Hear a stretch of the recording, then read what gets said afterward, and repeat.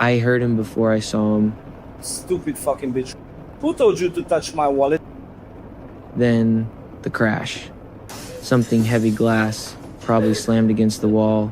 I didn't move. I was in my room, sitting on the floor with the controller in my hands, eyes on the PlayStation, but I wasn't playing. My character had been standing idle in the middle of a blood-slick alley for over an hour. Same alley I'd been staring at on the screen for weeks. Couldn't even tell you what level I was on anymore. Didn't matter. More yelling, then another crash. You're lying. Always touching shit that don't belong to you. I waited for it, then it came. That slap. The sound was sick and sharp, like a belt cracking against skin. Then nothing. Silence so loud it pressed against my ears. My jaw locked. I just sat there. 16, heart thumping behind my ribs, fists clenched around plastic buttons. I didn't go check on her. I knew she'd be okay. At least physically. But I wasn't. I waited. Freddie always passed out after he raged. Cheap vodka and trash television knocked him out cold every time. And when he was down, loud-ass snoring and all. That's when I moved. I stood up, shirt damp with sweat, no shoes. I walked out my room like I was floating, body moving, mind elsewhere. The kitchen smelled like grease and heat. The knife she used earlier was still by the stove, long, black handle, sharp edge. I picked it up and didn't look at it, didn't need to. I already knew the weight of it in my hand. He was on the couch, television flashing some dumb late-night show across his chest, beer bottle slipping from his fingers, mouth wide open like a clown, snoring like a hog. I stared at him for a long minute. I didn't feel anything, no rage, no fear, just a deep, thick silence inside me. Like a faucet had been dripping for years, and I finally turned it off. Then I moved. The swing went clean. In one swift movement, I took the same knife my mother sharpened to cut her meat and sliced it across his throat. No screaming. No noise. Just blood. I stood over him, breathing hard, arms shaking, not from fear, but release. I felt clean. I felt done. I dropped the knife in the sink, didn't wash it, just let it clatter. Then I walked back into my room, picked up the cordless, and dialed the only number I trusted. Slim answered on the second ring. I couldn't take it anymore. I said into the phone.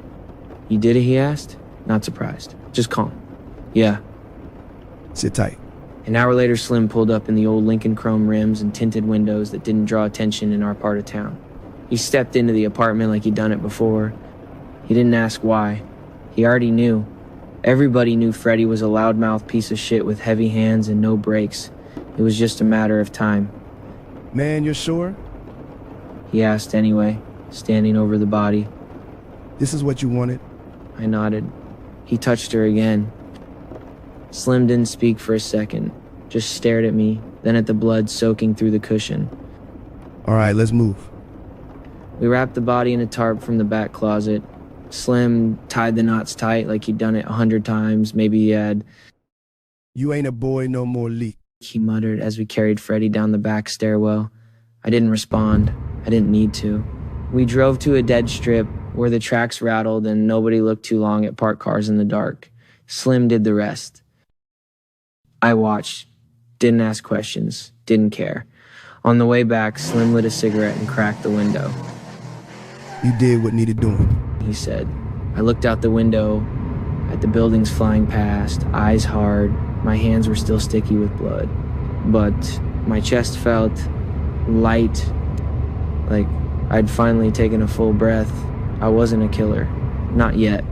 But I understood now how easy it could be, and how good it felt to stop the pain.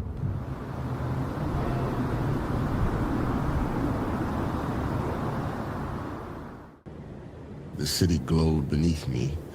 Skyline spread wide like it knew it belonged to me. Moonlight kissed the white marble floors of my penthouse, casting soft shadows across the edges of the king-size bed where I lay, propped up against leather pillows. Muscles relaxed, jaw loose, mind still humming from the last deal I closed. She was on her knees between my legs, the one with the coiled curls and cocoa butter skin, sucking me like her rent depended on it. Lips wrapped tight, tongue flicking with slow, agonizing precision. Her name didn't matter. I called her Lace in my head because her head game was delicate but dangerous, the kind that left you twitching. She moaned softly with every slide down my shaft like she needed me inside her throat to breathe. Across the room, the other one moved like sin in slow motion. Slim waist, high arch, deep brown legs glowing under the dim golden light. Her white spandex dress clung to her like it was begging to be ripped off. She swayed her hips to the rhythm of her own lust, eyes locked on mine as she ran her hands over her booty, palming her breasts, teasing her nipples through the fabric, tongue sliding across her bottom lip. I groaned deep in my chest, fingers tightening in Lace's hair. She gagged a little and pulled back with spit glistening on her chin. "You like that, Daddy?" she whispered, stroking me slow and tight with one hand while the other cradled my balls. I didn't answer. I didn't have to. The dancer turned her back to me, bent slightly and slid her hand between her thighs. Watching her fingers disappear beneath that white dress while Lace sucked me slow was like being high without the drugs. I reached out, grabbed a fistful of her curls, and fed her more of me. "Take it. All of it." She moaned again, lips sealing tighter, throat swallowing me inch by inch. My stomach tensed, jaw clenched. My nuts tightened.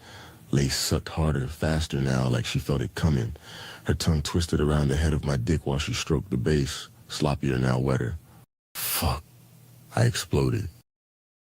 Grip tight in her hair, hips locked, the kind of release that makes you forget every damn thing. She swallowed, moaning like she loved the taste, while the other licked her lips and slowly slid her dress back on. No panties. They knew what time it was. Lace stood, wiped her mouth, adjusted her dress. The dancer sauntered over, kissed the side of my neck, and whispered, "Can I see you next week?" I didn't say yes. I didn't say no. I just nodded toward the dresser. They walked over in those tight white spandex dresses, curves bouncing with every step, picked up the thick envelopes I laid out earlier, neatly stacked. Unspoken thanks. Cash always spoke louder than words. They left without another word, heels echoing against the marble as the penthouse door shut behind them. And just like that, the city went quiet again.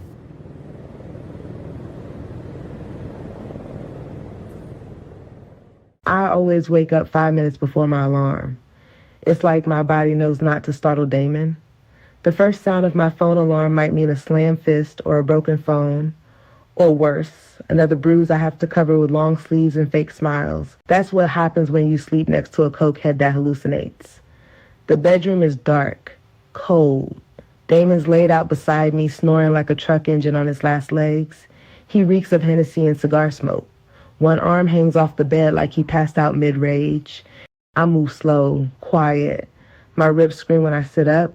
A bolt of pain wraps around my side like someone's pressing glass into my skin. I don't have to look. I already know what it is. I remember exactly how I got it. It was 2 nights ago. He came home drunk and high. Again, eyes bloodshot, lips shiny with liquor and lies. I was folding Ari's laundry when he stumbled in, leaned against the door frame like he was king of the damn castle. "Yo, I need to get this nigga off my back. Give me $400. I didn't look up. I paid the light bill, and rent's due in 4 days. "Bitch, don't start your shit. Don't act like I don't know you got more in your account." I sighed. I'm not feeding your gambling and drug habit, Damon. Fuck. Give me a break for once. I shouldn't even be paying the rent. You the man of the house. You should be paying it. His face changed. Just like that. Like I'd pulled a string that turned him from man to monster. "You ungrateful bitch. You wouldn't be a nurse if it wasn't for me and your grandmother.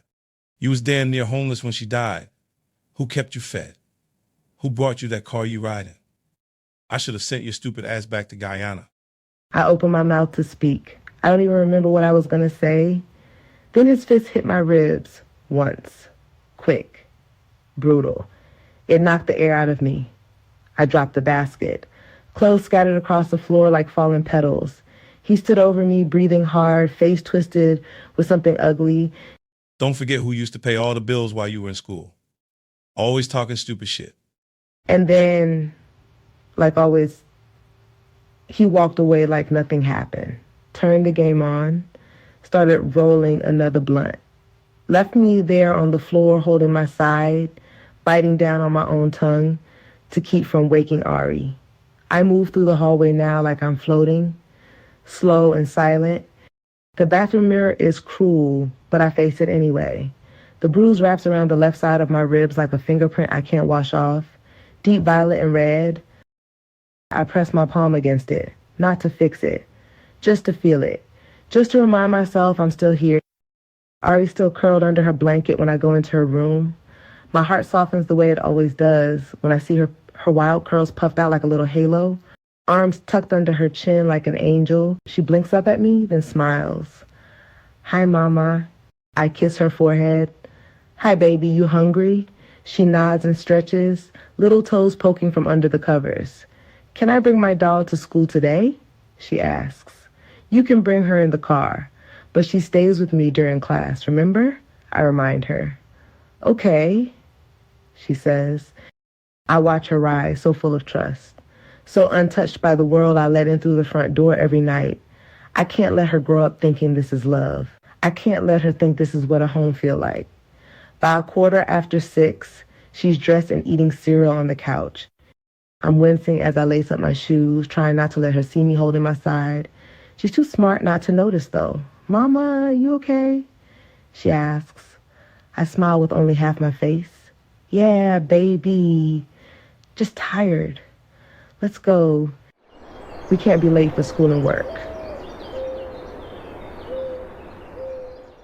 At work, I switch into nurse mode. I patch up a kid with a skateboard injury. Comfort an old man who's afraid to look at his own stitches. I wear my scrubs like armor. I'm the calm one, the soft one, the one who always knows what to do. Nobody at the clinic sees the bruise.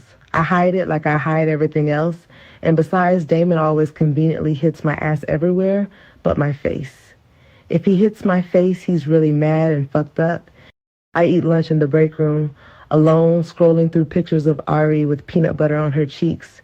She smiles so big in everyone. It kills me that I touch the screen.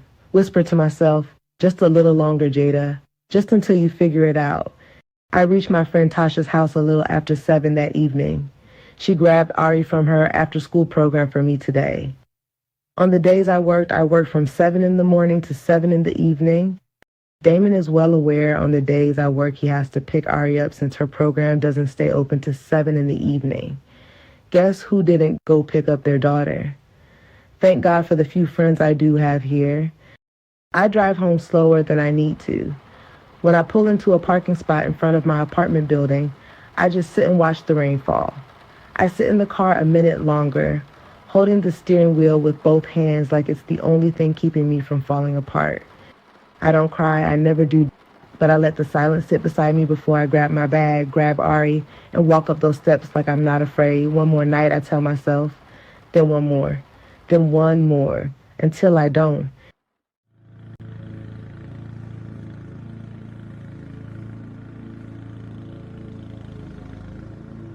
Pain don't really register to me the way it should. Spent too many years in places where pain was expected, even earned.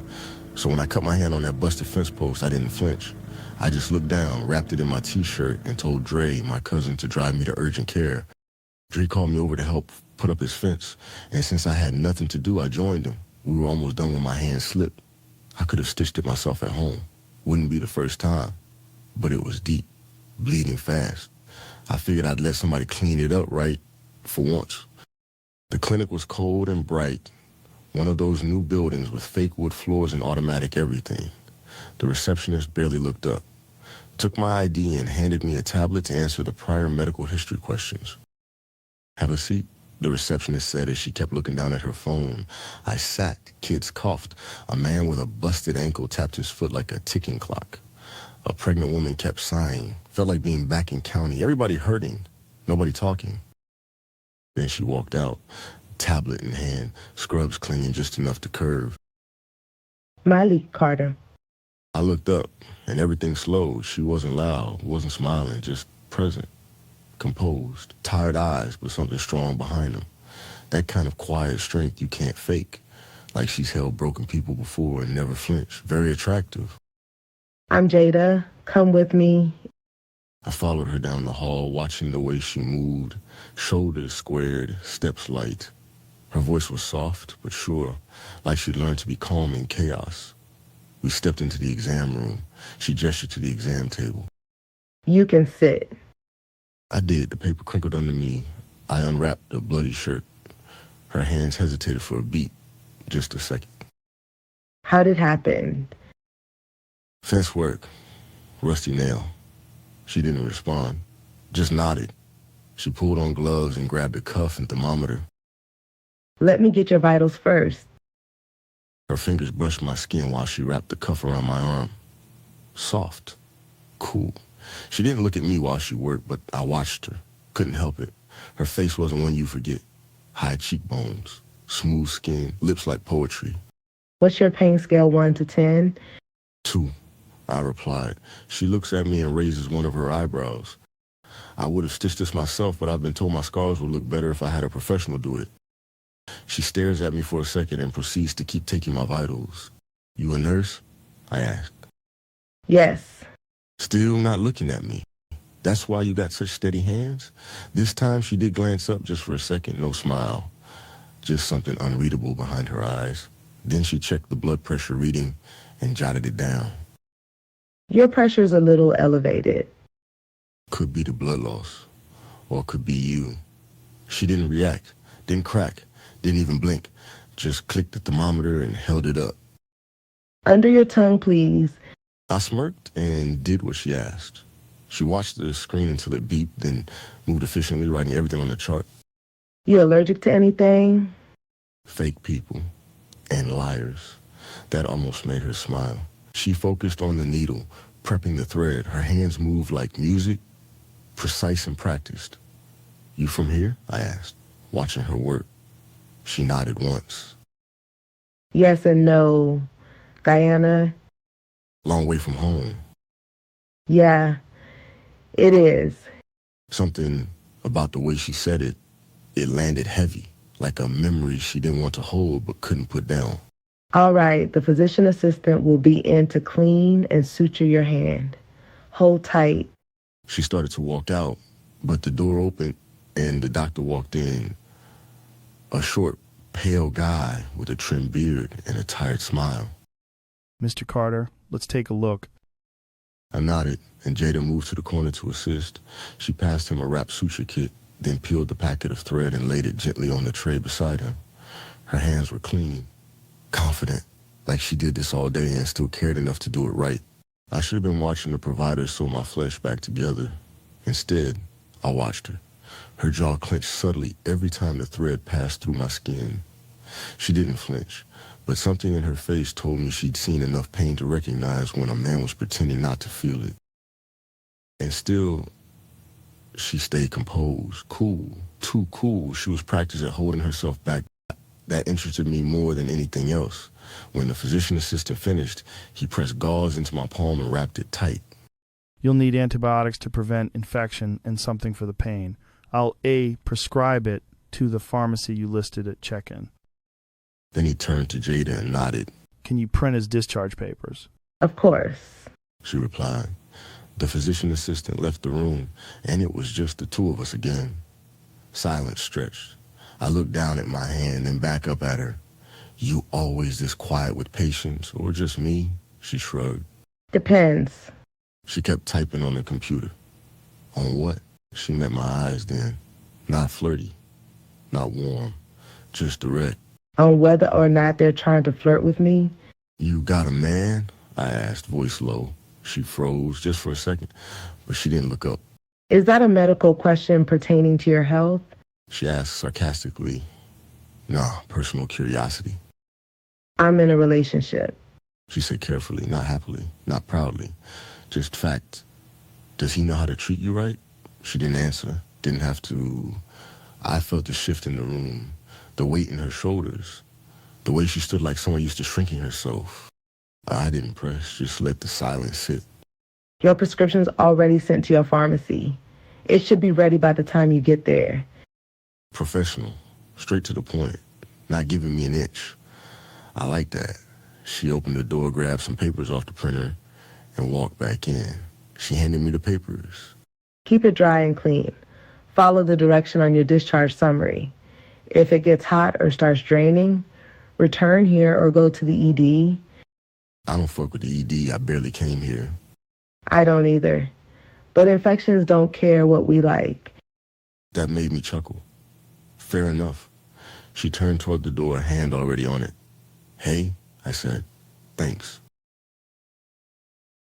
She paused. Not long. Just enough for me to notice. Then nodded. Take care, Mr. Carter. And she was gone.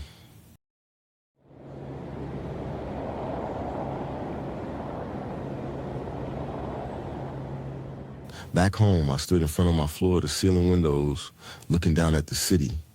This life, my second chance, cost me 10 years behind bars and a lot of blood on my hands. I built successful businesses after I got out, started with cash I buried before prison. Now I run several businesses, keep everything clean, everything legal. On paper, I'm just a mechanic who worked hard and expanded, but I ain't just that. I'm a man who knows pain, a man who knows what it looks like when someone's trying to survive with grace. Jada didn't flirt, didn't play, she didn't need to. She just stood in front of me, strong and tired and beautiful, and I saw her. Clearer than I've seen anything in a long time. I see pretty bitches all the time, and for some reason I couldn't keep my eyes off of her. I kept wanting to engage in conversation with her. Maybe her brushing me off is what intrigued me so much. I wasn't used to be brushed off. I finished my drink, hand throbbing under the gauze. One thing I've learned about life, good things show up when you least expect it. You wait, and when they show up, you make sure you're ready. Coming up in part 2.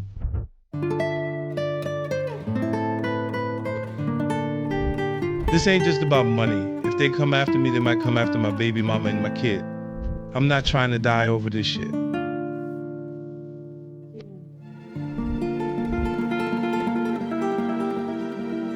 I don't move like that.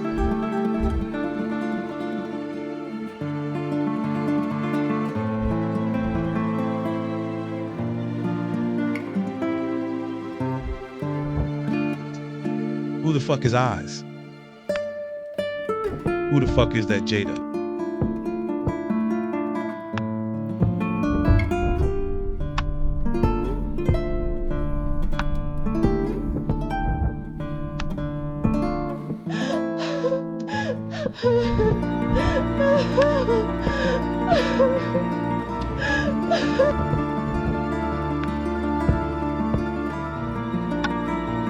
See if you can find out who it is for me.